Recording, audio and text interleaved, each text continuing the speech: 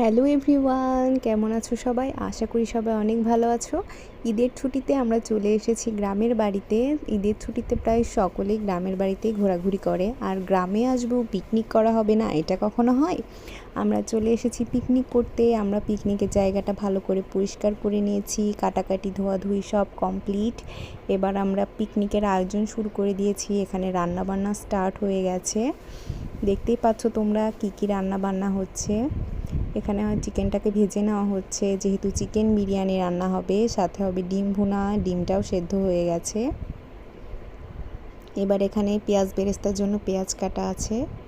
মুরগিটাকে কষানো হচ্ছে। অনেক রাত হয়ে গেছিলো, আলো কমে আসছিল, ভিডিও করতে পারছিলাম না।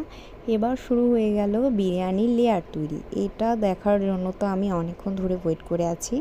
বিরিয়ানির লেয়ারটা তৈরি করছে। প্রথমে পোলাও দিয়েছে, চিকেন, পেঁয়াজ বেরেস্তা, কেওড়া জল দিয়ে আবার দ্বিতীয় লেয়ার শুরু করেছে।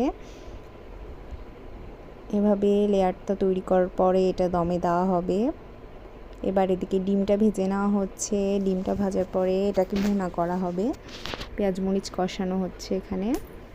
এবার ডিমটা ভুনা করা কমপ্লিট। এবার আমরা চলে এসেছি খাওয়া দাওয়া করতে। অনেক ক্ষুধা লেগে গিয়েছে, রাত প্রায় 1টা বেজে গেছিলো। গ্রামে আসার পর এরকম সুন্দর মুহূর্ত না কাটালে যেন আসাটাই বৃথা হয়ে যায়। এরকম খোলা সুন্দর চারিদিকের পরিবেশে, ফুলের গন্ধে চারিদিকটা ম করছে, তার মধ্যে এই যে সবাই মিলে একসঙ্গে আনন্দ করে খাওয়া, এই মজাটাই আলাদা। শহরে গিয়ে এগুলো খুব মিস করব। আবার যখন আসবো নিশ্চয়ই এরকম পিকনিক করব। আজকে এভাবেই শেষ করছি।